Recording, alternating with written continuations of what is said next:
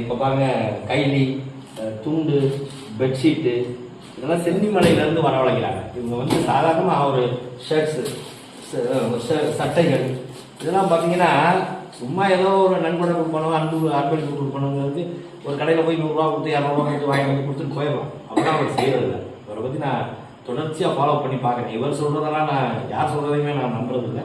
நான் உள்ளுக்குள்ளே போய் அவங்கள ஆய்வு பண்ணுவேன். அப்படி ஆய்வு பண்ணுறப்போ இவங்களை பற்றி நான் தெரிஞ்சுக்கிட்ட விஷயம் என்னென்னா, கணவன் மனைவி 2 பேருமே தன்னுடைய குழந்தைகளை எப்படி பராமரிக்கிறாங்களோ, பாதுகாக்கிறாங்களோ, வளர்த்தெடுக்கிறாங்களோ அதே மாதிரி ஆதரவற்ற நிலையில் இருக்கக்கூடிய எங்கேயெல்லாம் தமிழ்நாடு முழுவதும் பயணிக்கிறாங்க.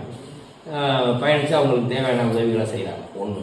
2வது பார்த்தீங்கன்னா, யாராவது பெரும் செல்வந்தர்கள், நண்பர்கள் இவங்களோட உதவிகளை பெற்று அவங்கள்ட்ட சொல்லி ஆதரவற்ற நிலையில் இருக்கவங்க துணி உடுத்திக்கிற துணி மாற்று துணி இல்லை, அவங்களுக்கு நல்ல துணி வேணும் அப்படின்னு சொல்லிட்டு அவங்கள போய் அந்த பணத்துகளை அவங்கள்ட்ட இருந்து பெற்று ஏதோ ஒரு துணியை வாங்கி வந்து கொடுக்காம இந்த குவாலிட்டியெல்லாம் பாருங்கள்.